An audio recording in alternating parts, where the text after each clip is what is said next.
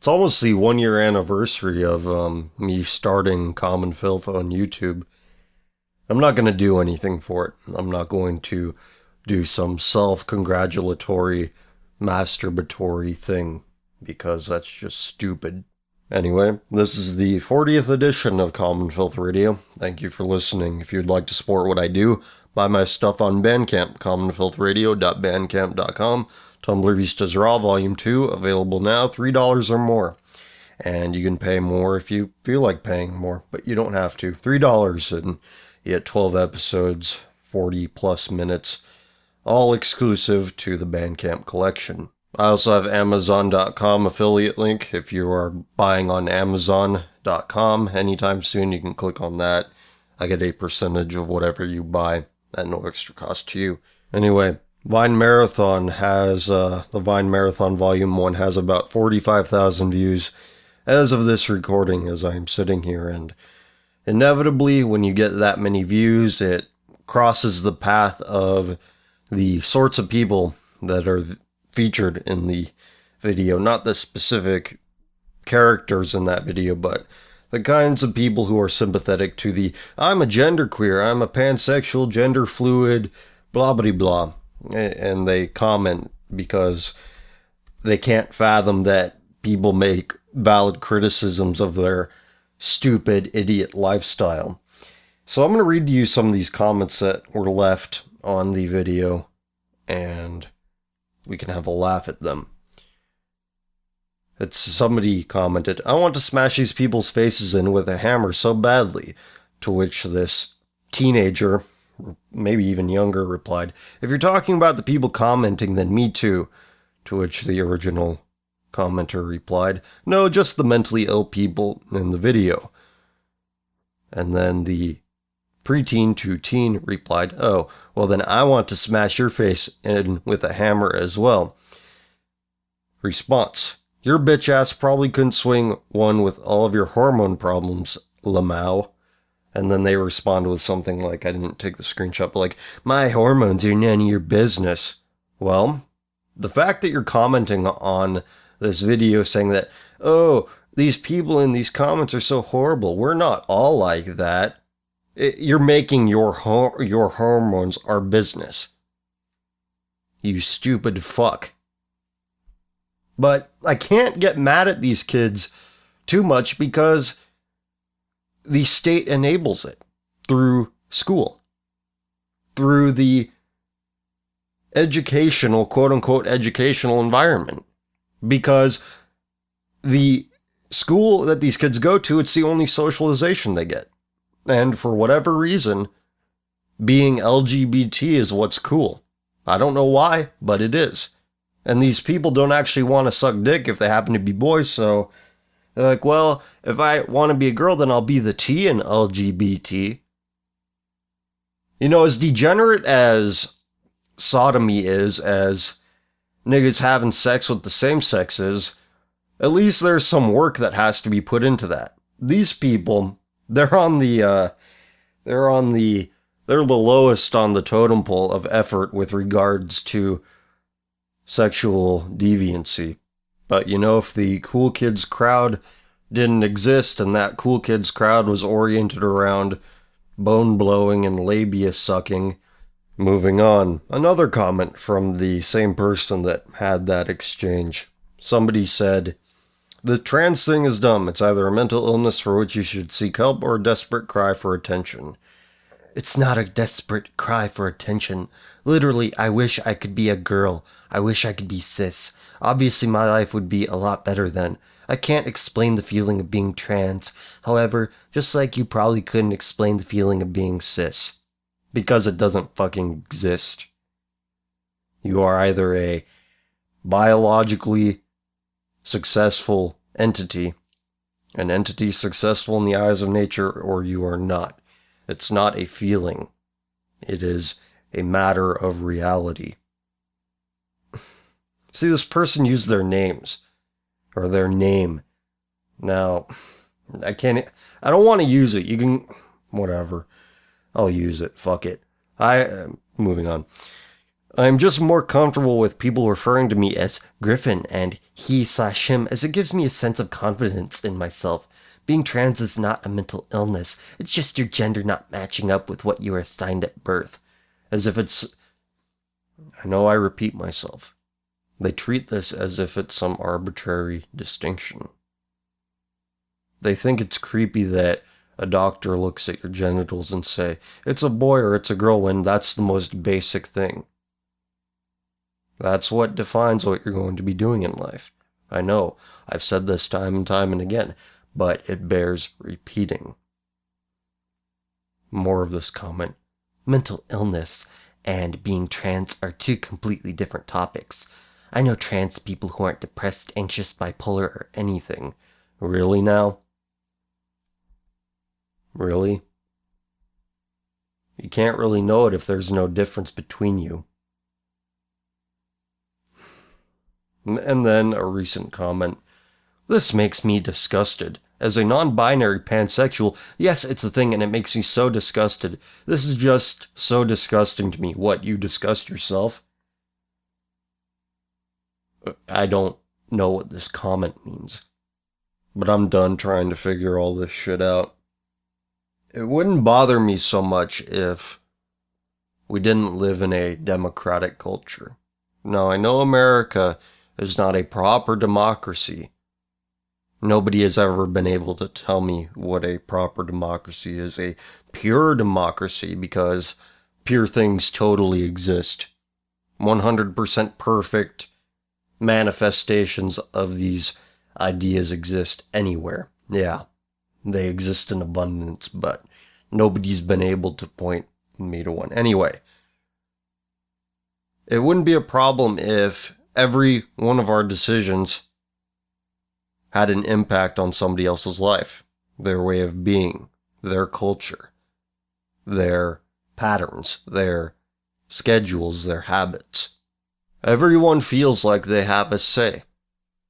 Everyone thinks that they can have a voice, when it never occurs to them that their conduct, their decisions, leads reasonable people to believe that 99.9% of people do not deserve a voice. But no, saying that people don't deserve something is bigoted, and bigoted is wrong for some reason.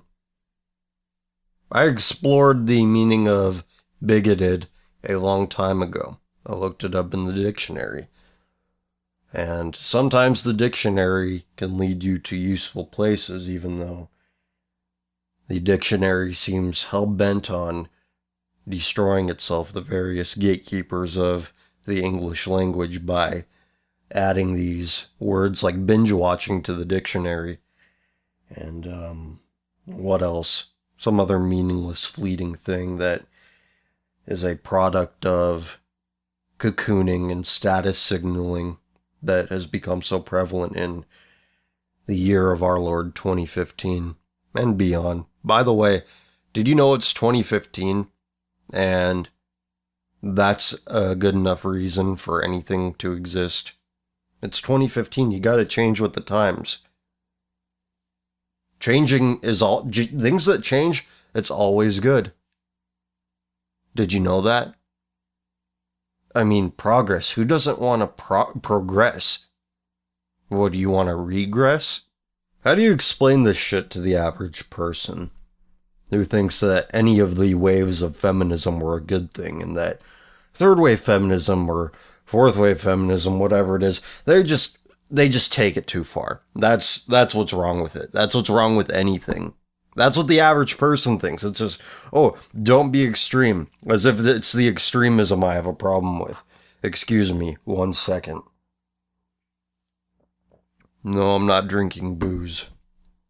That would be highly unprofessional of me.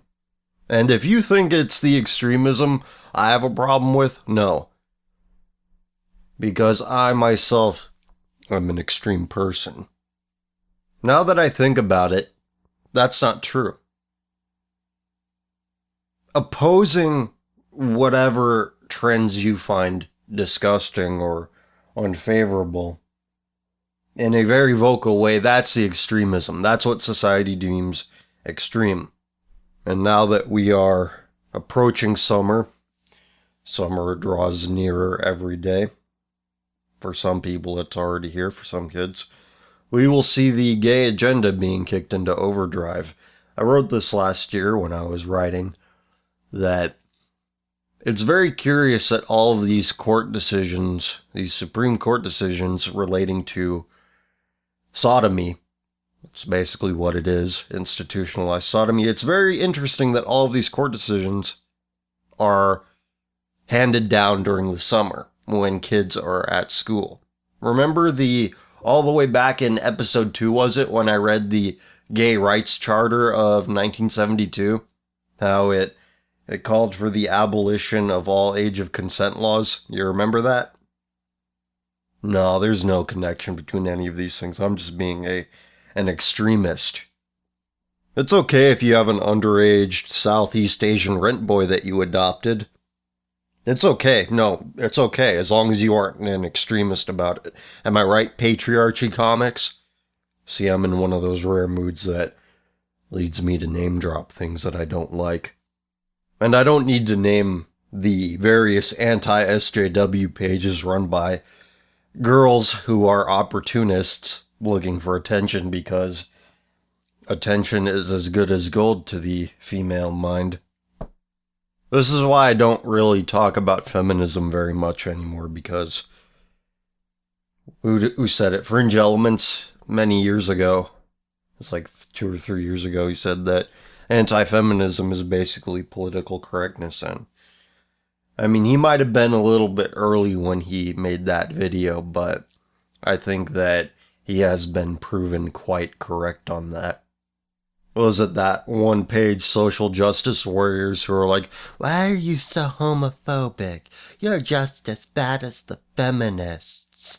Oh, you shouldn't go home. What if you told somebody, oh, don't be a Jew in public. Oh my God, I just blew your mind, didn't I? Please keep in mind, I'm not bagging on females because they want attention. I get it. They need it. But attention in and of itself is masturbatory. It does nobody any good. Female attention, giving a female attention once upon a time meant she would have a baby from the person that would give her attention if she were to say yes, this is a suitable mate, or preferably her family, because however many years of women's suffrage and agency, and look what you have, dyed armpits. And look who they want to get attention from. Look at the places where they seek their attention. Groups of people who have the audacity to call themselves pregnant men. I'm 5 feet tall. My shoulders, everything rolls off of them. Bet you didn't know that, did you? Well, you probably did. If you think a woman is passing as a man, look at the shoulders. You'll know what I mean. The shoulders. If everything else is lying, the shoulders will not. Now that I put that into the ether, shoulder implants are probably going to become a thing. How do you talk to the average person about these things? The average person who on one end thinks that extremism is the problem, and on the other end you have people who think that once Obama is out of office, everything's going to be great. As if all of the people who voted for Obama are going to disappear along with him. Talk to your average working class, middle class, lower middle class conservative and see how weirdly they talk about Obama. It's strange. Like he's some authoritarian. Like he's restricting social behaviors. It's like, I get it, you want to keep the fruits of your labor. That's why the working people went over to the Republican Party. And as a result, the Democrats started applying the working class ethic towards all of these strange groups of people. Like Brother Nathaniel did that video about Hillary Clinton's I'm running for president video, and how she had no white people in that video that were part of some oppressed group. All the white people in it were either gay or had disabled children. But from my perspective, the Tumblr crowd loves Obama. The biggest social, cultural libertarians that exist. The most fanatic ones that exist. And here we go. In the comments, they're not really social libertarians. No, they are. They don't believe in roots. They don't believe in traditions. They believe in do whatever you want. So that's why I think that Obama is this tyrant in the eyes of your various conservatives. It's an odd perspective. It's an odd view to have. But I've talked about Obama for more than however many minutes it's been. And I do not like to talk about him at all, because just turn on talk radio. You'll get enough of that there.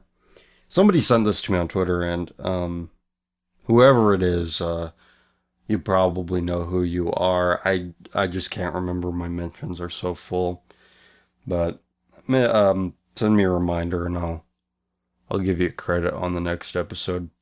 Anyway, this article that was sent to me from nymag.com called What It's Like to Date a Horse. To this day, it was the best sex I've ever had, but in some ways I regret that first time. By Alexa, some name I'm not going to bother to pronounce. Bestiality, the act of having sex with an animal, tends to conjure images of a mucky, socially inadequate, desperate farmer seeking into the farm after dark, or depraved groups of thrill seekers forcing sex with drugged, abused, or otherwise mistreated animals. Oh, here they go, establishing that their fuck relationship with their animal was romantic. But the sexual identity that can be attached to bestiality, zoophilia, remains little understood. Why? Why should we understand it? Why? What good will come from understanding this? Well, it'll make us more tolerant. Yeah.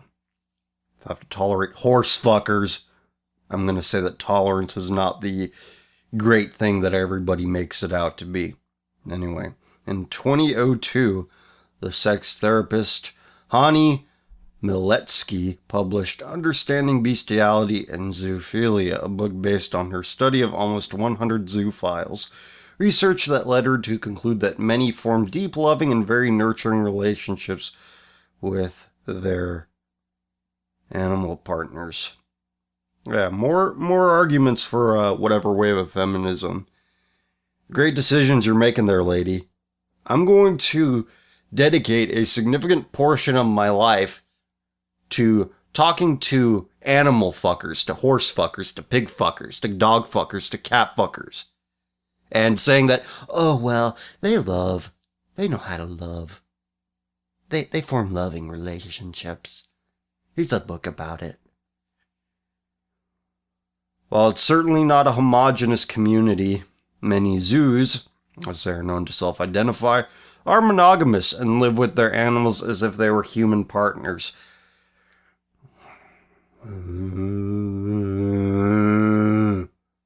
As a result of legal restrictions, sex with an animal is illegal in most U.S. states and European countries.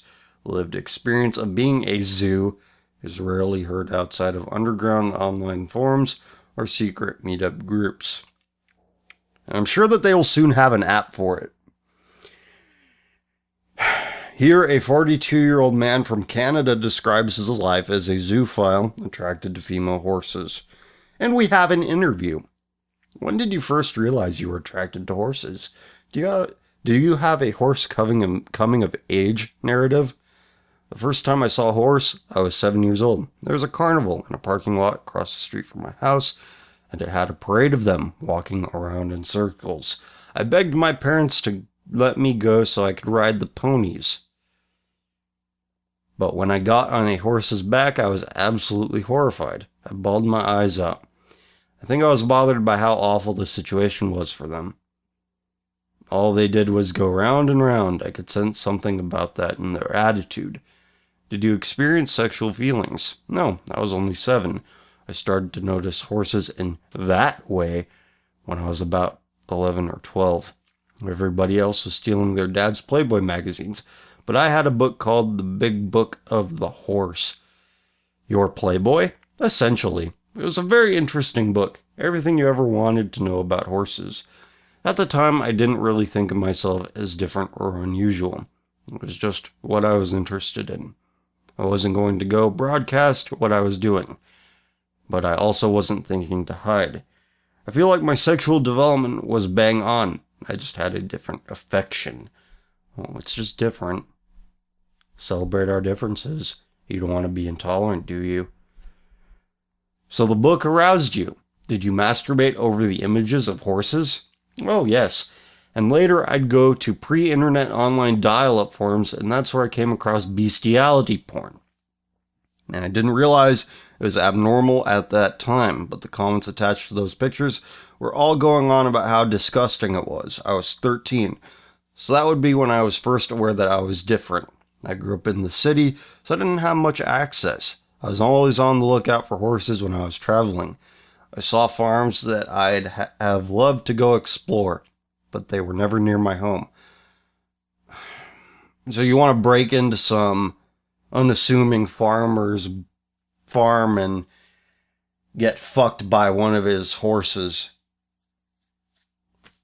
Sometimes I wonder if I just lack the courage. There are some significant gaps in this story. Oh, I had a book, and that's what... This was during puberty. Does it mean that it's fair to say that your sexual awakening was revolved around horses? Yes, absolutely. Did you have sexual feelings towards humans as well? No, not until later in high school when it came to be the expected thing. Yep, that's what leads you to have sexual attraction. That's what leads you to want to have heterosexual relationships. Expectations. Yeah, it couldn't be that the only measure by which nature gives any shit about anything is you passing on your replicas into the future. But no, it's a social construct. Courting, social construct. Making babies, social construct. Everything's a social construct. Yeah. Just wait until we're all plugged into the fucking Oculus Rift, then everything will be a social construct. And that's really what they want. Whoever they is. I think you know who I'm talking about. Anyway, this guy says, or whatever, but I didn't get that close to anybody until I was about 20. What was your adolescence like? Did you experiment sexually? Okay, well, here's where the gaps will be filled in, maybe. Before the age of about 10, there was no more than some, I'll show you mine if you show me yours, and it was pretty boring until high school. My interest was horses. Okay. My interest was horses. At school, you could have called me asexual. It's not as if I didn't have friends or engage in activities, but I was a little nerdy and not at all athletic. I've always been somewhat overweight. I don't think I had any more or less trouble with the in-crowd than any other kid. And I know a few people looked up to me for my abilities in math, science, and the fact that I was always willing to help people. Did you date at all? I did ask a girl to the prom. Now that I look back, I feel so sorry for her. Yeah, me too. We sat at the table and didn't dance. I don't even think we hugged. As much as I later experimented with people, I was always sure I wanted horses. It was never a case of, I'm just giving this a try to see if I would prefer humans. When was your first kiss? My first kiss was from a man named Mark. He's where my sexual preference and interested himself in dogs after a fashion. That was about 2 months after I lost my virginity. So I was about 22. In all honesty, I never liked kissing men. Rough beards do not turn me on. So you had your first kiss after you lost your virginity. Did you lose your virginity to a horse or a human? A horse. Do you want to kill yourself yet? I do. There must have been a lot of buildup. Yes. The pressure builds and builds and builds. And losing your virginity is important to becoming a real zoophile because you're joining a very select group of people. And if you haven't actually done it, people wonder if that's your real sexuality. I don't think many people are wondering, oh, is he a real zoophile? I think I'm one of the few people that have uttered that phrase. It just goes to show you how fucked up this is.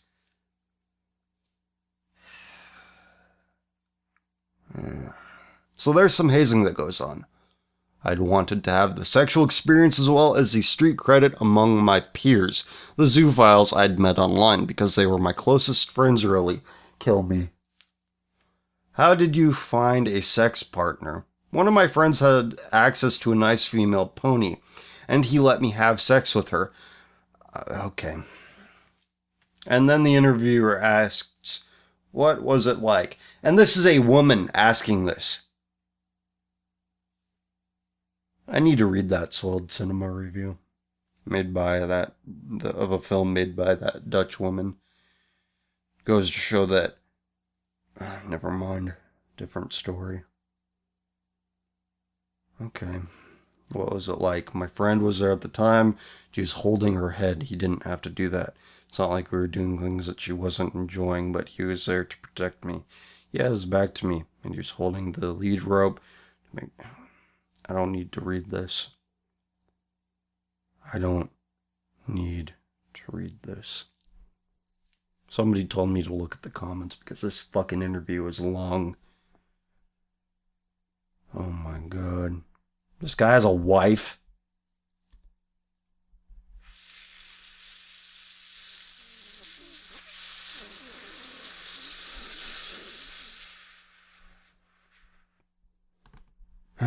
Okay, the comments. Somebody told me to look at the comments. Okay, I'm not sure how I should respond to this article at all. On one hand, I'm thoroughly disturbed, and I wish I could unread it. And on the other, click, I just can't bring myself to actually judge the interviewee or anyone like him in this article. Don't judge. Wow, just wow, it's 2015. I can't even. And that's not okay to judge. Yeah, it's not okay to judge horse fuckers.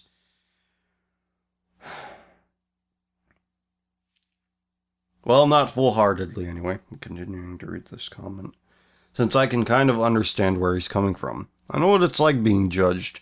And I know he'd be ostracized if anyone ever found out about his sexual preferences, such as I would.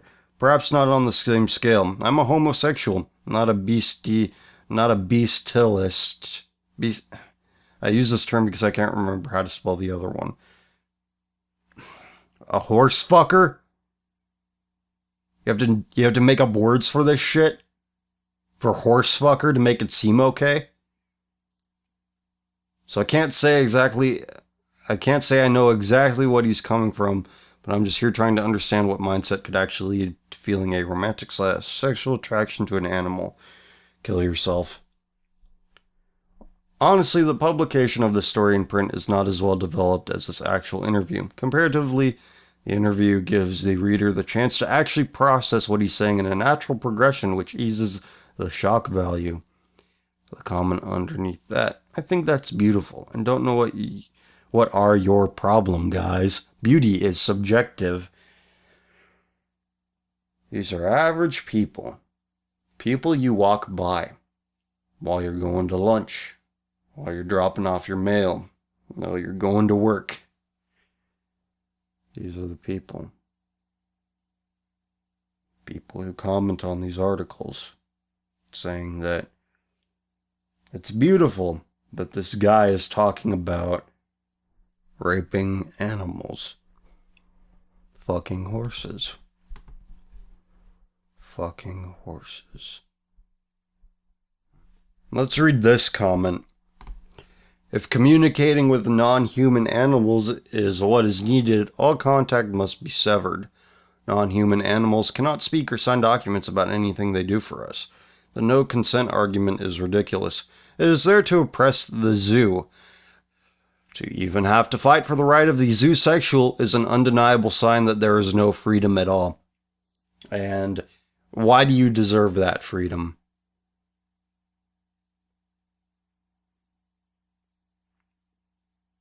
Why do you deserve freedom?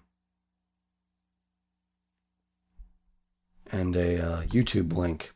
Yeah, you know what? Let's lay the audio in from this. Why not? Some people think that having sex with animals is harmful because animals are incapable of consenting to sex. Oh yeah? Well, I think the concept of consent is much simpler with animals than it is with humans. If an animal doesn't want to have sex with you, then it'll run away or scratch you or bite you. But if an animal does want to have sex with you, then it'll tackle you to the floor and hump you. Now when it comes to humans having sex with humans, the concept of consent seems much more complicated. Maybe he's considered too young to have sex. Maybe he's considered too intellectually impaired to have sex. Maybe he's considered too intoxicated to have sex. Maybe he's considered too psychologically dysfunctional to have sex. Oh no, I was diagnosed with Asperger's disorder. That must mean every time I consent to having sex with someone, I'm being raped. Oh my goodness, I must be so traumatized. Not only that, but every time I masturbate, I must be raping myself. I must have raped myself like over 10,000 times by now. No wonder I'm so crazy. So in conclusion, I think if animals can't consent to sex, then neither can humans. Love knows no boundaries, Fawn Teddy Bear. I don't want you to feel guilty about this.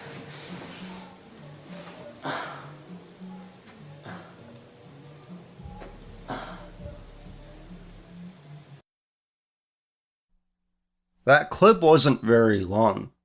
I played longer clips on this episode before of things that are painful to listen to. But despite that one's relatively brief length, I think that may have been the hardest to listen to. Be glad I'm not dropping in the actual video.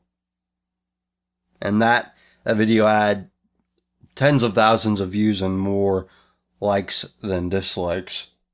It's amazing where this show can go. I had no plans to air that segment. I had no idea it existed until now.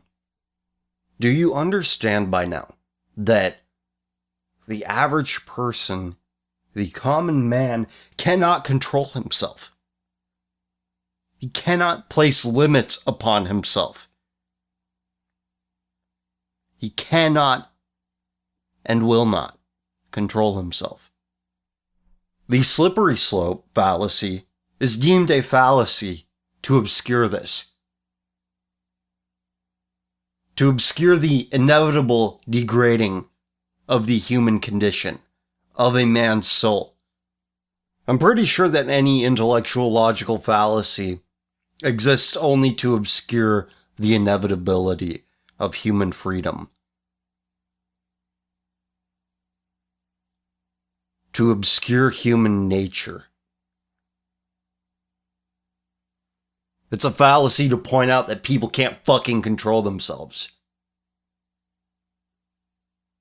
Wonder why. It's okay if some dudes fuck each other in the butt. Who cares? It doesn't affect your life.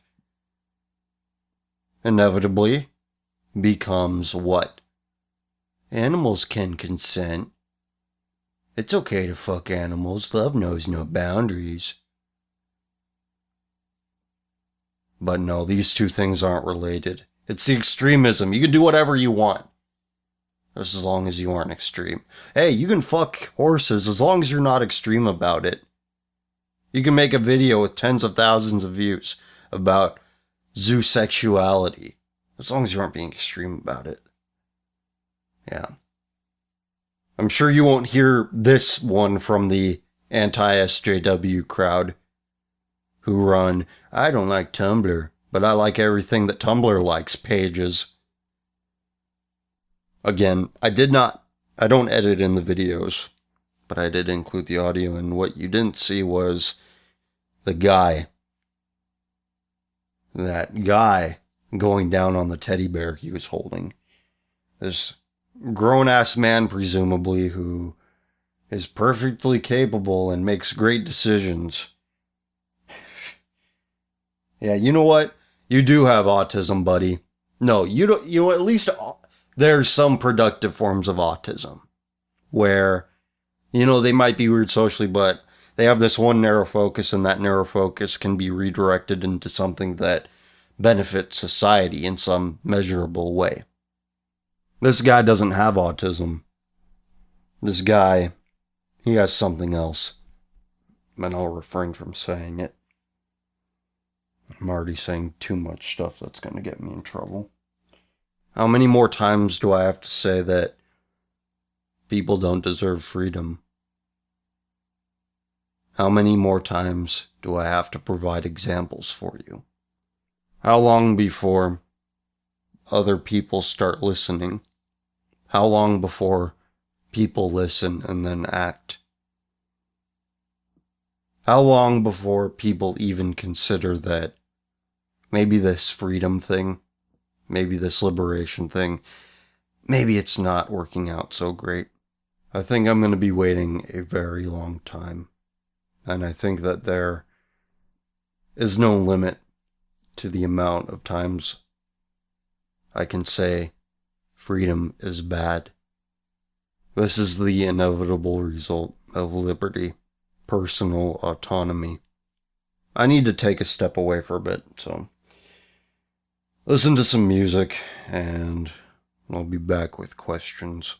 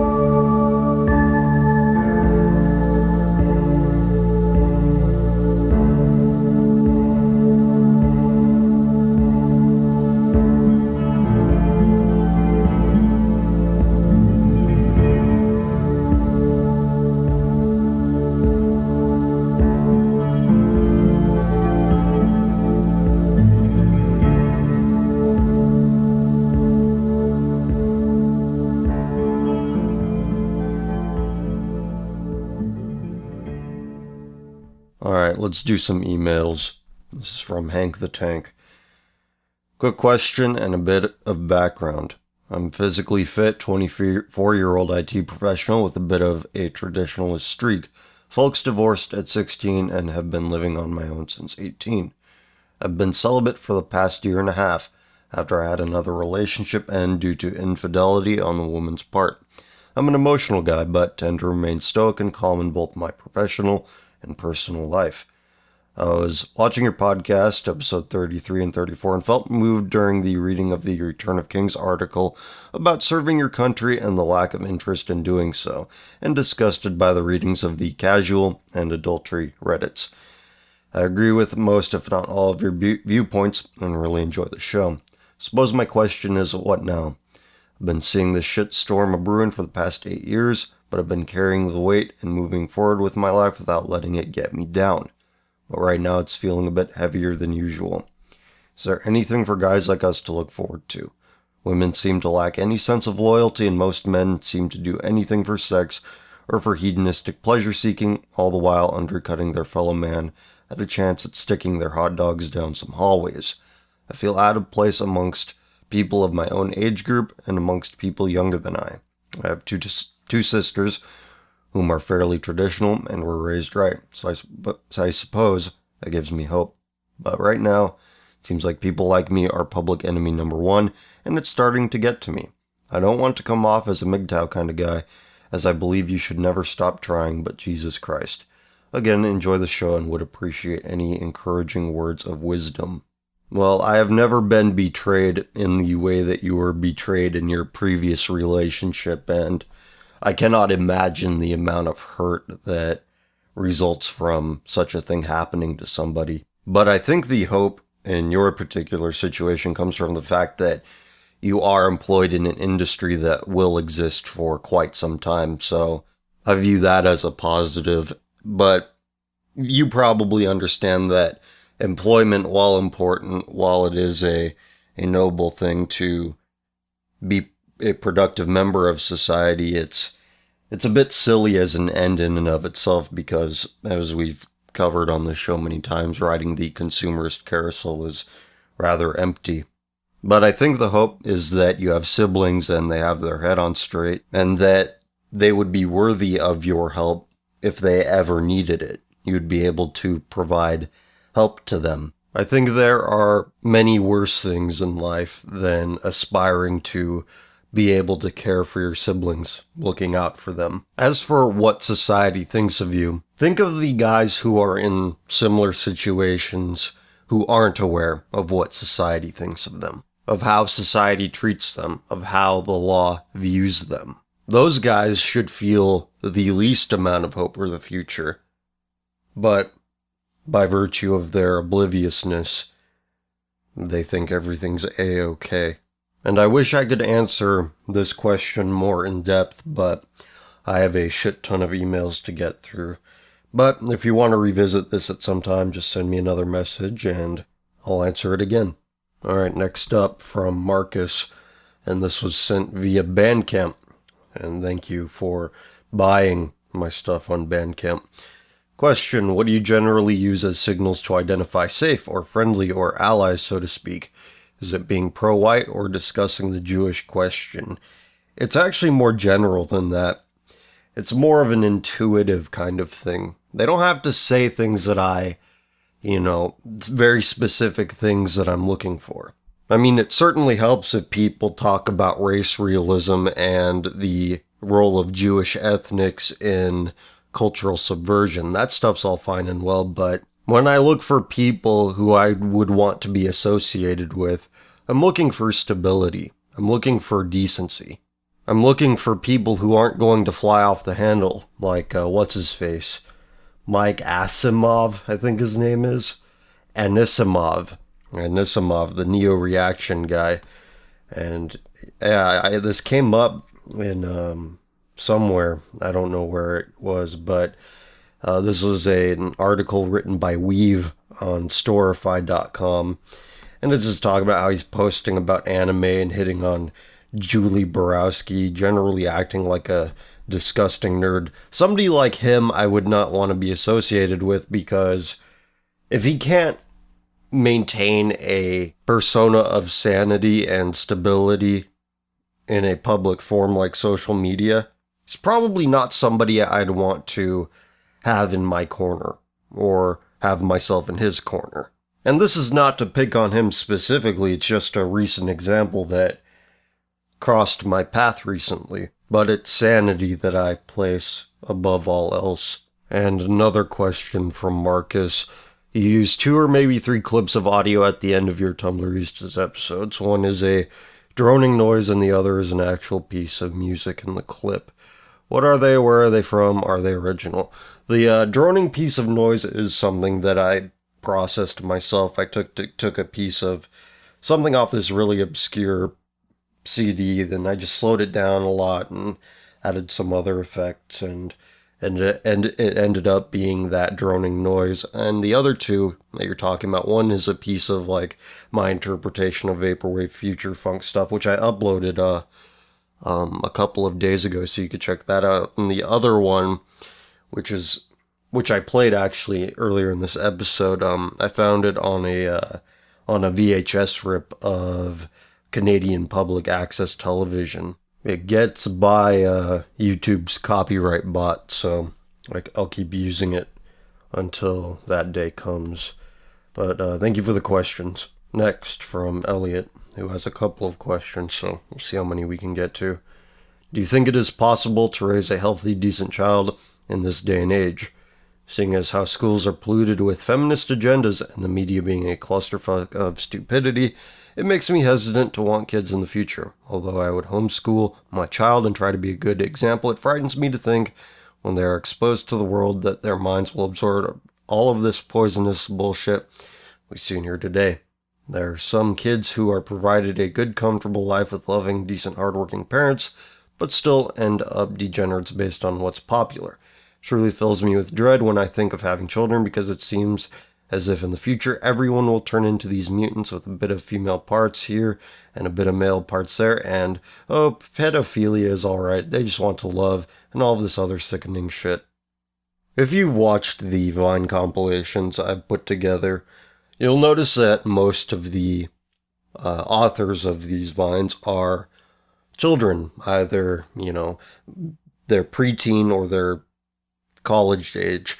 And I think that it's natural for people of that age to want to rebel against their children. It's just, how are they rebelling and are they growing out of it?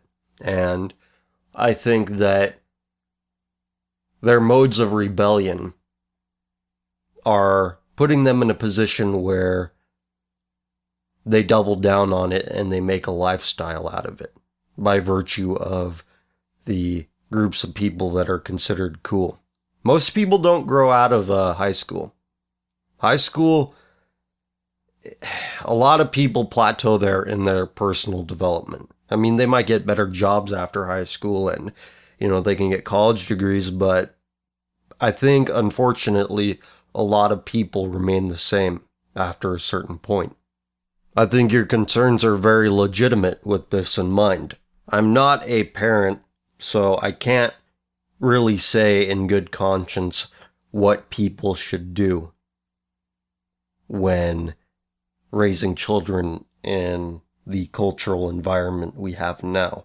I say this because I was homeschooled, and that didn't prevent me from having retarded dildo opinions. But guess what? I grew out of them. Not saying this arrogantly, but I did have the capacity to change. And with my personal experience in mind, I don't think that most people are capable of changing. The culture in its present state disincentivizes change because we view self-expression as this great thing, and anyone who decides that, I thought I was trans, but then I got a sex change, and holy shit, it was the worst decision I've ever made. The culture views those people negatively because being transphobic is some horrible, awful thing. So I think the social pressures that are in place would lead people down a path that they wouldn't normally stay on if they were of a mind to change themselves, if they were capable of looking within themselves and saying, wait, is this really a good idea, what I'm basing my life off of, what I'm basing my rituals around? And there's only so much parenting that you can do to prevent your children from listening to people that they shouldn't listen to. So my stance on it is this, having children. I would not discourage people from having children because I said last week, people having and raising good children is realistically the greatest thing anybody can do. But know what you're bringing your children into, and make sure that you have a very strong support network of like-minded people that will prevent subversives from influencing your children. And we got more questions from Elliot. Here's the other question I wanted to ask you, but before I get to that, I wanted to say I watched the documentary The Gift, and I was so disgusted and appalled at how evil like this is allowed to exist and expand. What the hell is wrong with these people? Why are they not hunted down and exterminated? For fuck's sake, anyway, now for the question. Yeah, everybody should watch it. It is not an easy thing to watch. It is quite disturbing, but I think it is necessary when you have people that think that basing your life around sexual identity is a great thing, because the people who want to get HIV intentionally, this subculture could not exist without identity politics. Putting it lightly. Anyway, the question. I remember you talking about atheism before in previous episodes, I believe. So what do you think about atheists who constantly bash Christianity as the sole problem for all the world's sufferings? The reason why they bash Christianity is the reason why liberals bash the white heteropatriarchy. It's an elaborate form of fuck you dad. They hate their parents because their parents probably made them go to church 4 times a year. They probably made them get up early on Sundays, a little more often than they would like. And as we all know, liberals, they hate the white heteropatriarchy because their fathers were white heterosexual patriarchs. And that's really all there is to it. It is a roundabout way of saying, fuck you, Dad. I hate you, Dad. You ruined my life. You're so evil, Dad. And more from Elliot. I feel as if it's okay if you're flooding me with questions. I don't mind. Anyway, what do you think about the whole free the nipple movement, or whatever the hell people want to call it? Women's breasts are sacred and are not meant to be paraded around just for the hell of it. These women have nothing to do, and so they find new ways to victimize themselves and yell oppression. I can envision this backfiring on men mostly in the future as allegations of rape will increase anymore. I did a whole Tumblristas Raw episode on Free the Nipple. It was the first episode on that collection, and I don't know other than these women need husbands. They need a steady male presence in their life. And, living in the city, living in their apartments, living this very rootless life where everything's transactional, they aren't getting male attention, which is why they are lashing out in these strange ways. It's a sign of social retardation. They are not socializing correctly. And we are social creatures. Most people aren't cut out to be alone. And these free the nipple women, they're no exception to that. And it's pretty simple. The only socialization they get are from people who are just as fucked up as they are. Victims of modernity. Living in the city. I'm convinced that city life is the reason why so many people are fucked up. You were not meant to live like rats in an overcrowded colony. Look up the Beautiful Ones rat experiment. I think it's like, I forget what it was called, colony something. I forget exactly what the experiment was called, but just look up the Beautiful Ones rat experiment. This researcher, he made rats live in this utopia where it's the perfect temperature all the time, there's food, water in abundance, and these rats basically don't have to fight for survival, and, overpopulation ensued. The rats were breeding a lot, or maybe they were mice, I don't know. Either way, some kind of rodent, and after a certain point it got so overcrowded, the male rats either withdrawn from society, they stopped having sex with females, they stopped having the desire to procreate, or they started to have gay rat sex. Humans, yes, are more advanced than rats, but biology is biology, and I don't think that humans react much differently in response to being placed in a crowded, easy place to live. Anyway, from Anthony. Hey CF, wanted to know what your opinion is on NPR. Almost everyone that I've seen who listen to it are typical millennial hipster liberal types. I want to say that I've heard you talk about NPR on the show before, but I can't remember. Also, have you heard of Black Pillars? They have an Afrocentric look on history and claim that the original Hebrews were black and such. The only NPR that I listen to, and it's not technically NPR, is This American Life, and, they're liberals, they're soft, but, there's some good stories on there occasionally. I subscribe to the podcast, but, yeah, NPR is strange and hermetic and sterile, and, I don't know, listening to it creeps me out, but I like This American Life okay. As for the Black Pillars, I have heard of people who claim that all of history's great people were black. I think Louis Theroux did a documentary about them. You could probably look up the clip on YouTube where he goes in and asks these black guys, was Shakespeare black? Absolutely, he was black, and, so on. And I think they showed, one of the kings of England. It's like, look at this guy, he was a light-skinned black man. It was really funny, but yeah, I don't have much of an opinion on them other than they're a crazy fringe group. Okay, next up. From Noah.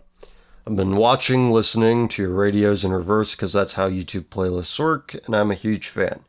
That is how I recommend that people listen to them because I wasn't as good in the beginning as I am now, in my opinion. I when people ask me where to start, I always say, start with the most recent videos. I think it's always getting better. Anyway, I guess my question would be, do you consider yourself a part of any social group? Example, punk, preppy, nerd, so on.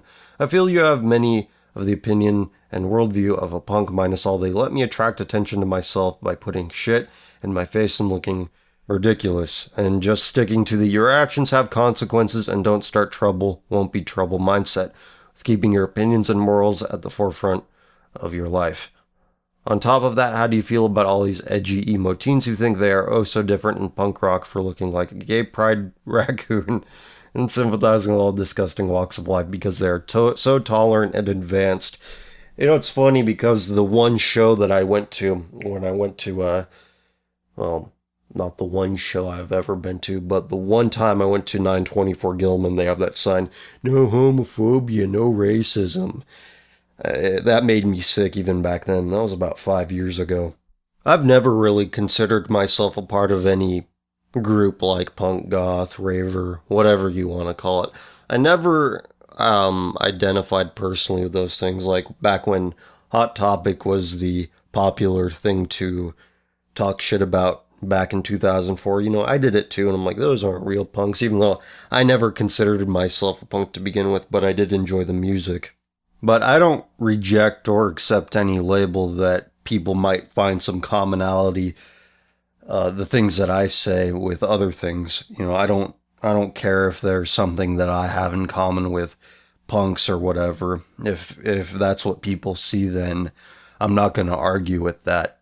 But I have been to punk shows. I've checked out the local scenes and such, and I like the music. It's just I stopped going because I didn't really care for the people, and not because not because I didn't see myself as a punk or whatever. You know, that had nothing to do with it. It's just dildos everywhere.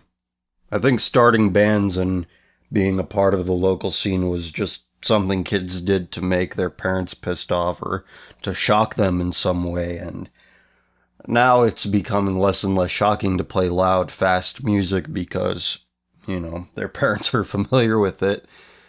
And now I think that kids, they say that they're genderqueer or gender fluid to piss off their parents, and I think that's pathetic because it's nothing but, oh look, I'm this thing. It's not like they're making anything, you know? I mean, making shitty music is better than making nothing. As for what I think of the edgy emo teens who think they're oh so different in punk rock for looking like a gay pride raccoon, yeah, like I said, it's just a means to shock their parents, and it's just pathetic because, again, it's not like they're making anything. It's not like they are creating a culture. It's not like there's anything demanding about what they're doing other than acting upon their own impulses in a very masturbatory kind of way. Alright, next, from Emiliano. What do you think about Nazism and racism? I don't know much about Nazism, to be perfectly honest with you, other than the fact that I think neo-Nazis nowadays, redundant, I know, but Nazis nowadays, people identify as Nazis, are the kinds of people that Nazis of old would not want to associate with. And racism, I don't know. It depends on what we're defining racism as. If we're defining racism as acknowledging hardwired differences between different groups of people, simply acknowledging that is grounds to get called a racist. So if that's what a racist is, fine, I'm a racist. But if we're defining racism as abusively treating somebody on the basis of them being a certain race, then I'm opposed to that, but not because, you're being mean to them because of their skin color. No, it would be wrong whether or not that person happened to be that race or not. Abuse is wrong. I'm of that opinion. Or even if you don't treat people abusively of a certain race, if you just have a negative opinion towards them and that's all you have is an opinion, people consider that racist. And it never occurs in their brain, is that wrong? Is it wrong to have a negative opinion on somebody? On a wide group of people? I say that it's not. Why I think that so many people are crying racism at every given opportunity is because they were rewarded for being anti-racist in college, and they want to signal to everybody when they encounter something that's vaguely racist that, look how not racist I am. I'm such a good person. Heap the praises on me. It's all status signaling because everyone is so sickeningly status obsessed in modern culture. For example, I posted a picture. It was found on the Goodbye America and Photo blog. And it was of this white woman and this black man making out in front of the camera in a public park. And over in the corner of the picture, you see this guy carrying their mulatto child on his shoulder. And he's like a real scrawny, weak-looking white guy. And people are like, oh, what's wrong with this? What's wrong with this? That could just be her son carrying that kid. If that were the case, this woman is still a whore for making out with this guy's stepdad, if they're married, in a public place, in front of them, on camera. And that's the best case scenario. The worst case scenario is that this guy is a beta orbiter who is so pathetic that he'll hang around this guy who is fucking his love interest. And why she is a love interest, after all that, it's just completely fucking pathetic. But everyone in the comment section on Tumblristas wanted to signal how not racist they were, not realizing that the miscegenation aspect of it was only a secondary focus of the image.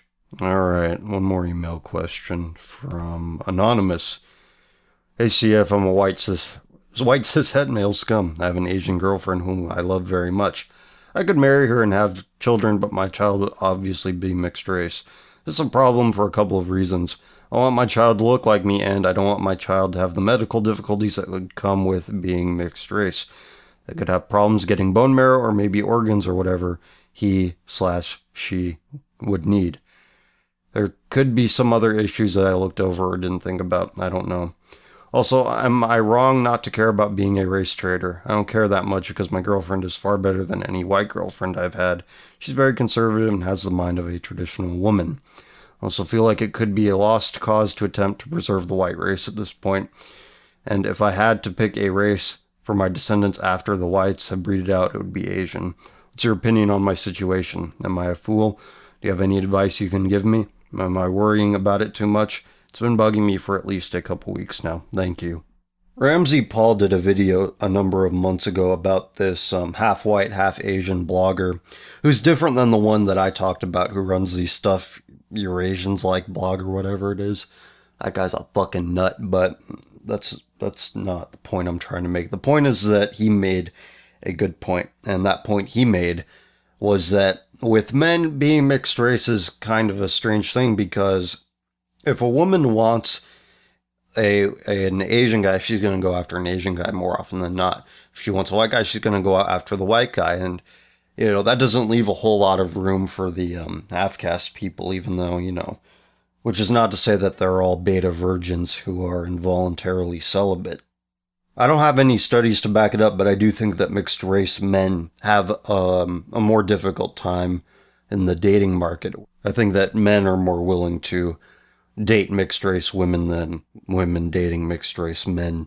But above all else, with respect to having half-caste children, I think that even if they aren't half white, half Asian, they will have a difficulty identifying with either group, because I've talked to half white, half black people about this who've told me that they're not quite black and they're not quite white. They don't fit in with either one too well. And these are people who are viewed by the culture as culturally black, and despite that, they themselves don't feel that to its fullest extent. So I think male or female, your hypothetical child in this current arrangement, they're still going to have that difficulty, even if they don't have a difficulty in continuing yours and their genetic legacy. So I think that should be your primary concern with having children.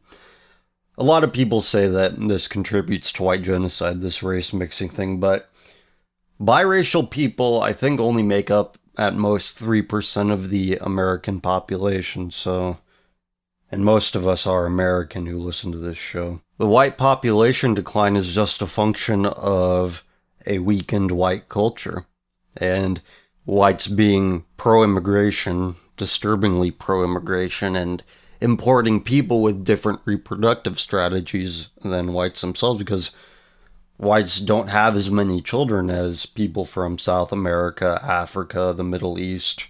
But that's not exactly relevant to the issue at hand here. Like I said, I'm not going to discourage anybody from having children, but on the other hand, you have to be aware of the potential setbacks of a child that would result from your current arrangement. Okay, time for Ask FM. Show me your culito. No. What do you think about the increasing number of Americans who are converting to Islam? I'm just gonna say it's because of fuck you, Dad. And I hope that they don't marry their cousins and have babies with them.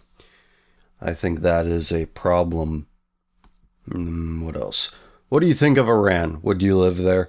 I wouldn't live there because I am not a Muslim. I'm not of that culture. I would not know how to fit in there, but from what I understand, it's not that bad of a place. If somebody were to offer me a free trip to Iran, I would take it.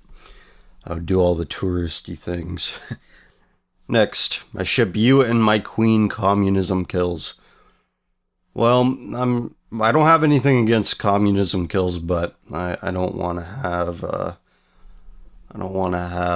have the potential of having children that will be considered Jewish. Next, I'm half black. I find myself decrying the behavior of black people most often simply in an effort to try and alert white people around me to the ethnomasochism that's drilled into their brains. I see in a way that is sort of ethnomasochism on my part. Am I right to feel non-hypocritical? I don't think it's hypocritical because you're not going out telling white people to go burn down black neighborhoods. I think that would be ethnomasochistic. It's not as if you're telling black people to prostrate themselves at the altar of whitey. I've been hearing more frequently recently that there's a lot of breeding between cousins that goes on in the inner cities, and I think that has a lot to do with blacks in large cities losing their shit at the drop of a hat. When people are inbred, it doesn't matter who they are, they become more impulsive and more violent. And I think that's an ignored aspect of the race riots that have been going on.